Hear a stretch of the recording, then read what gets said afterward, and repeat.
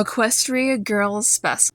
This video will be talking about My Little Pony content alongside some other content. That means heavy spoilers and is not intended for children under the age of 13 years old without adult supervision, and if the comments are off, it's because YouTube did it, not me. So, hello and welcome back. This is Daisy Spines, coming in with another Equestria Girls review. As I mentioned, there are two separate sets of specials. I am talking about the first three specials of the latter half of the Equestria Girls run. These include Forgotten Friendship, Roller Coaster Friendship, and Sunset's Backstage Pass. These are the only ones I'm talking about despite there being a total of 5 specials, as you'll see in my poll. This is for a good reason. Spring Breakdown, Holidays Unwrapped are specials that take place after the My Little Pony movie, which I'll be discussing soon-ish, but not like right now. Next month, and I figure it's better to talk about things in more of a chronological order. That out of the way, let's talk about the attributes of these 44-minute specials. The characterization of everyone in these is really solid. These ones have a pivoting focus, much like a lot of the other Equestria Girls things, but I'd say it's less on Sci-Twi and more so on Sunset, Rarity, and to an extent, Pinkie Pie, who gets a lot more focus. I'm not talking about the latter two, just the first 3 in this, just so you know. So if the others get more attention, that is not being talked about here. Sunset Simmer has her anger issues touched on here pretty efficiently in 2 of these specials. Forgotten Friendship tackles a lot of her insecurity around being perceived as a bad person. And in the Sunset's Backstage Pass, we can see how she can also be more easily set off by the Groundhog Day style plot that occurs during that special. For Pinkie Pie, who also gets a fairly large amount of focus for an Equestria Girls media in Sunset's Backstage Pass, I think they did a pretty good job with their character. Like, she's Pinkie. She kind of I kind of describe it as flittering around when someone somewhat wanders to anything that catches their eye, and I know it's sort of hard to deal with that, but there's always ways to redirect, and sometimes they just want to say the fun things in life, which, you know, Sunset was getting a little tired of because of the aforementioned Groundhog Day plot situation, but it's interesting. The rest of the main 6 are pretty good. I was surprised that we had an Applejack and Rarity-centric one. This is the second time Rarity's had more major focus, but this is the first time that I can recall in Equestria Girls where we have a lot of moments for Applejack. I know that's not something that most people care about, but I do think it's interesting because Applejack really falls to the background of Equestria Girls in a lot of these things and isn't a super relevant character. It's just in Roller Coaster Friendship that she's super relevant. As for Sci-Twi, she's sort of there, but she is not a primary focus through most of them. I'd say she's most prevalent in Forgotten Friendship. Specifically, she's not really that relevant in Roller Coaster Friendship. For Rainbow Dash, she also gets characterized well for Equestria Girls. I'm going to say it that way. She can be a lot in the latter half of the films, but the specials begin to sort of mellow her out and give her less screen time, which is beneficial to her. This just leaves Fluttershy, who I can't say gets that any major focus in any of these, which is unfortunate. She gets more of this kind of stuff in the sorts, but in these, she doesn't get a lot of major focus. I think she's a lot like season 1 through 4 Fluttershy for context of FIM in these, and that's fine. She's a lot more afraid and timid and soft-spoken, and there's nothing wrong with that. Personally, I am not a huge fan of her not getting her own special at some point. I feel like that was a missed opportunity to give everyone a focus special. Sunset takes most of it, and I love her character, but it's really cool to give everyone a little bit of the spotlight. With that, I round out the relevant characters. Moving on. So, the next category is the voice acting. The voice acting for our main characters is the general baseline good that is present throughout most of Equestria Girls. For side characters, it's pretty interesting. I feel like the villains in particular have very well matched voices. Villains, I say that in a relative term, they aren't really villains, they're just misunderstood humans with equestrian magic that inherently corrupts them. I probably should have brought this up, but Wallflower Bus has a really fitting voice for how she interacts, and I didn't put this in characterization because I'm going to talk about her more when we act again. When I talk about the specials. The next section I'm going to talk about is the world building. World building in Equestria Girls has always had a strange relationship with the actual plots, but I feel like we get a great deal of world building just in these 3 specials. For these, I'd say the first one doesn't give us much because it's basically just the school and a beach, but them going to a beach in the first place is a good change of scenery because we are tired of the school. I am tired of the primary campus. Everyone's tired of it at that point. And the beach was neat. It's sort of a boring setting. For Roller Coaster Friendship, we get introduced to Equestria Land, which is definitely a reference to, well, a bunch of stuff that happened in Equestria. Like, There's Megan there. Oh my god. That's not super relevant, but where am I going to fit in something talking about Megan in this video otherwise? I'd say that we definitely did a better job expanding the world and making it feel alive in these specials outside of this high school, so that's a good improvement. Although it still feels like it's only populated by teenagers and moms, old men to me, I don't know why. The animation for these is really interesting because they're very good and the lighting and stuff can be quite dynamic, but I wouldn't say it's any better or worse than the last Equestria Girls movie that was released, and there are a few highlights. I personally think Sunset's Backstage Path and Forgotten Friendship had most of the real stunning animation, and Roller Coaster Friendship was more fun on an animation level for the references, which it was packed with.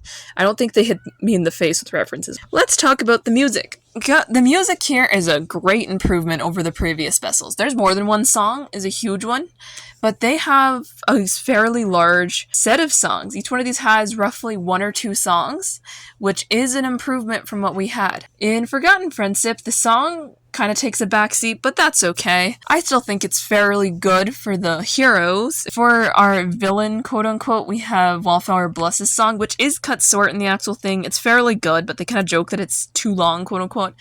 Me watching this special, we needed to finish the song. I don't like the songs being cut off. That keeps happening in Equestria Girls. So annoying. This is the first time I'm going to bring it up. But if you watch on YouTube, you can find a full-length version, so I guess kind of hype. For Roller Coaster Friendship, there is a song, but it's a very generic pop song. It's very standard Equestria Girls.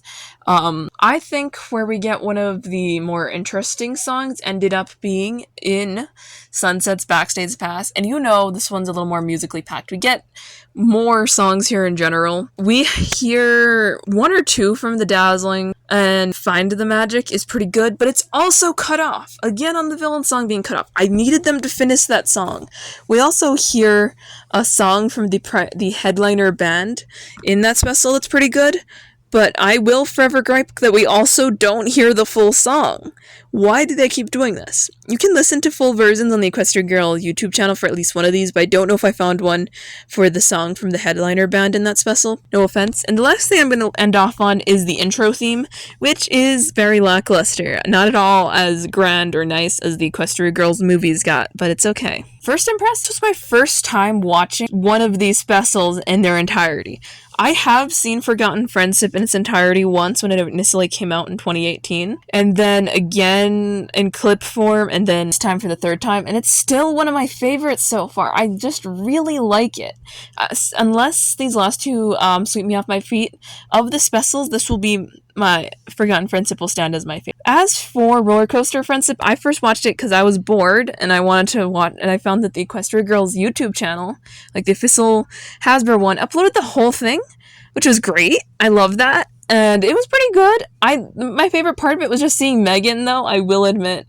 And I also thought the villain was a little too sensual at times. Kind of making Rarity seem like she likes her posts for other reasons. No accusations there at all. For Sunset's Backstage Pass, it's the one I've seen the least of, and I always watch clips, but they always give me deja vu. So that ends this portion, and we're going to talk about the first of these 44-minute specials, Forgotten Friendship. This special's plot follows Sunset Simmer, the head of the yearbook committee, working with her friends to curate the yearbook when she encounters Wallflower Bluss, and doesn't recognize her, but doesn't pay that much mind, even though she's been a part of this group the whole time. She has no... And later on, Wallflower and no one recognizes her at the beach that weekend. When that happens, she realizes that her friends' memories of her have vanished. She tries to get down to the core of it, and she writes Equestria Pony Twilight to ask for help. She goes back to the Pony Realm, to the Canterlot Castle to meet with Celestia and go to the Canterlot Archives.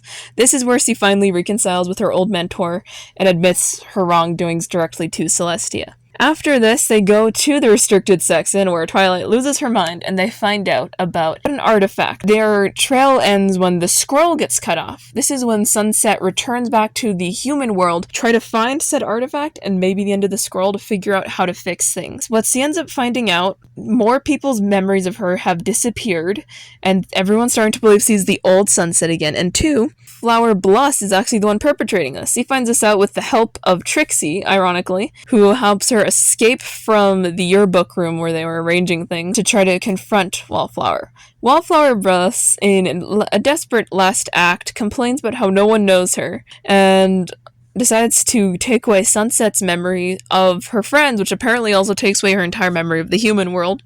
Her friends realize, even if they don't know her, quote-unquote, that she needs help, and they step in and pony up, power down Wallflower Bus, where she admits that she had been erasing everyone's bad memories of her, so literally no one remembered her. She erased herself from a timeline, effectively, and apologizes and cries a bit. And then Sunset and all her friends' memories are finally returned, and all ends well. So my thoughts. This special is interesting. It also is called Most Likely to Be Forgotten in the webisode, in these online clips Hasbro posted, because they put it kind of in their digital series where they split it. So that's how I ended up watching it, and that's where my bumpers came from. No, this special has a lot of good things. I find Sunset, Simmer, and Trixie really fascinating here. Trixie's always been really cool to me in the human world, but she never really had meaningful screen time until this. But luckily, Trixie does help a great deal here, and she's kind of, I thought it would make sense, because if Trixie in the Pony World gets along with Starlight, Sunset and Trixie should also be a good pairing. I thought that our villain Wallflower Bliss was a little lackluster on a personal level as an actual villain. She basically creates her own problem and then cries about it and makes it everyone else's problem. She has some maladaptive skills in regards to social events, to the point where no one remembers her. And I wish they had said what had happened to make her specifically so angry at Sunset, because I can't tell, like, what did she do wrong to you, girl?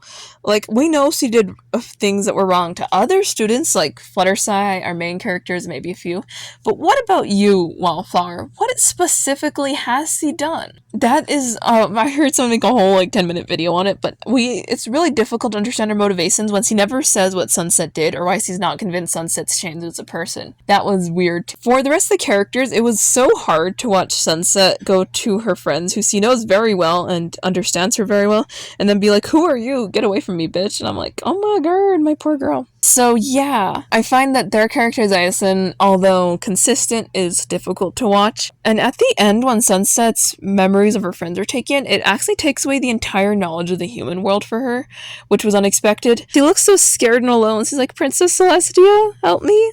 And she's like trying to walk around on all fours. It's so sad. She has no idea what's happening in that final battle until they destroy the memory stone, which is really sad. Overall, I like this special for a lot of reasons, but I think because I like it, I have a hard time quantifying exactly what I love.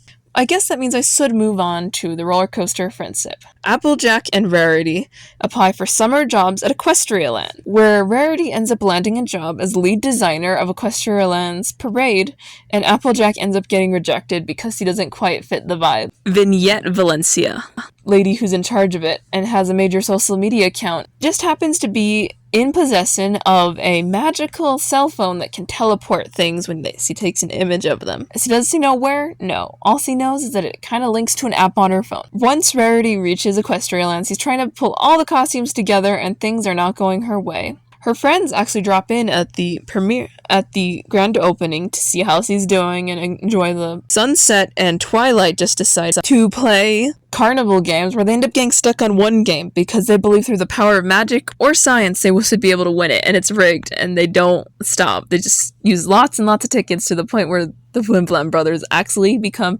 concerned for their mental and physical health. Rainbow Dash ends up going with Fluttershy on roller coasters and finding herself surprisingly afraid of them. Rarity and Applejack interact a little bit, but Rarity kind of brushes off Applejack's concerns over House Vignette Valencia. Meanwhile, Pinkie Pie has become a fun inspector. Yes, this is a legitimate job title to a degree. I wish I didn't notice this. And is running around the whole park just pinkying around while all this is going on, which only leaves Applejack begins to become suspicious after she interacts with Vignette Valencia, because she wants them to have their band headline after the previous band quit, and she has some suspicious behavior.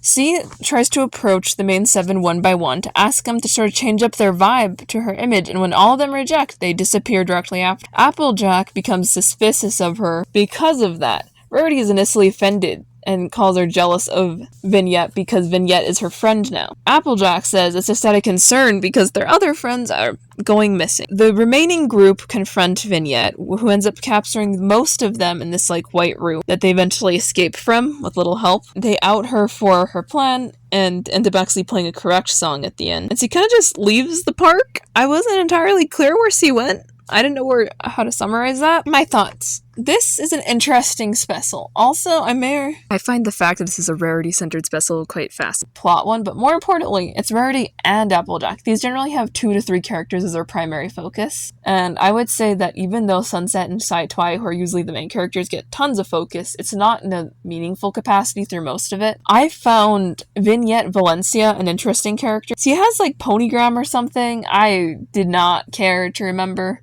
And when I saw the images he posted, I was like, girl, I don't know. The people who follow you might be a little weird for the most part.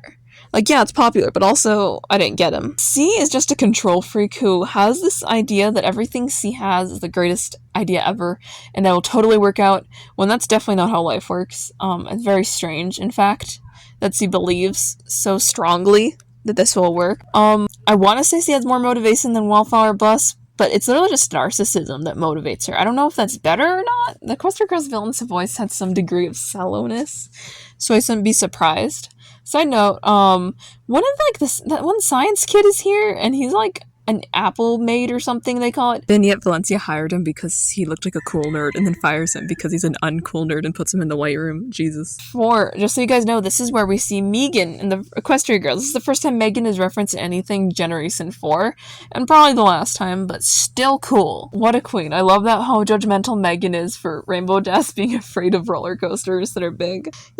She said they were too fast, which is so ironic. The hijinks around the park were fun too. There's not too much left to say. Sunset's Backstage Pass. The plot follows. Sunset, Simmer, and Pinkie Pie are excited to see their favorite band perform at the Star Swirled Music Festival, along with their other 5 friends who are also going there for different reasons. But equestrian magic causes Sunset Simmer to get stuck in a looping day where the same events keep happening, which she's initially happy about because she can try to undo all the mistakes that happened on the first of her missing her favorite band, but quickly finds out it's constantly looping, so she could get it perfect or not, and the thing ends up being the same regardless. After roughly 2 weeks?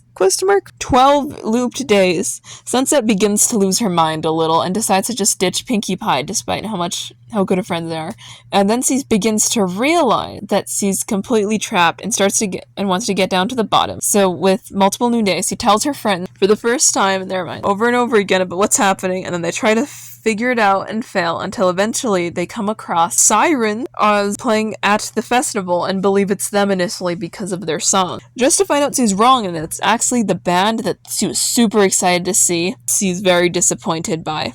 And turns out the 2 friends in that band kept messing up things and using the time twirler, an equestrian artifact, to go backwards in time until they got perfect, but then got stuck in a perfection loop and never found it perfect even after 27 days. They initially sabotage Pinkie and Sunset, trying to stop them for a little bit until they eventually confront them and try to take the time twirler while they're on stage, and they realize that they have to give in and let things happen. Once that happens, Pinkie Pie and Sunset get to finally enjoy the band together and enjoy the little parts of the festival, and this festival ends with them waking up on day 2. My thoughts. This is the last festival I'm covering today, and I do like it quite a bit.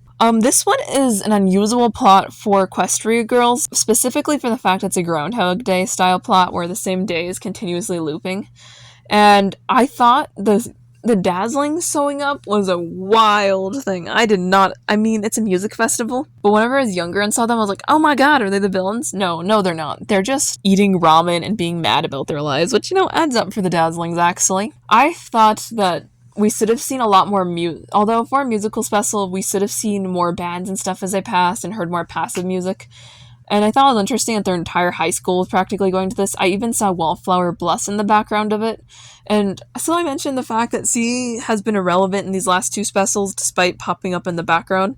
They forgot about her after making a whole special about how it's bad to forget about her. Post Crest is a musical girl group with two best friends, wink wink nudge nudge, who are coming together for one night, and Pinkie Pie and Sunset are really into the band. And they're also kind of our antagonist, true antagonist. I still count the Dazzlings to an extent as antagonists just because they're a little bit rude to Sunset. Because their tone, very patronizing. They're like, you have anger, and he's like, no, I don't. And he obviously does, which is fun. But I found Post-Crest using the Time Twirler interesting because it was weird that they even had it. I mean, I guess they really just have magical artifacts all over this universe, and then the magic kind of just roams from artifact to person all the time. But they had good intentions trying to repeat the day, but they just ended up kind of having that one girl flipping out all the time because things aren't perfect and then causing more issues. I was surprised with how content he was with just reliving the same day for 27 days, ?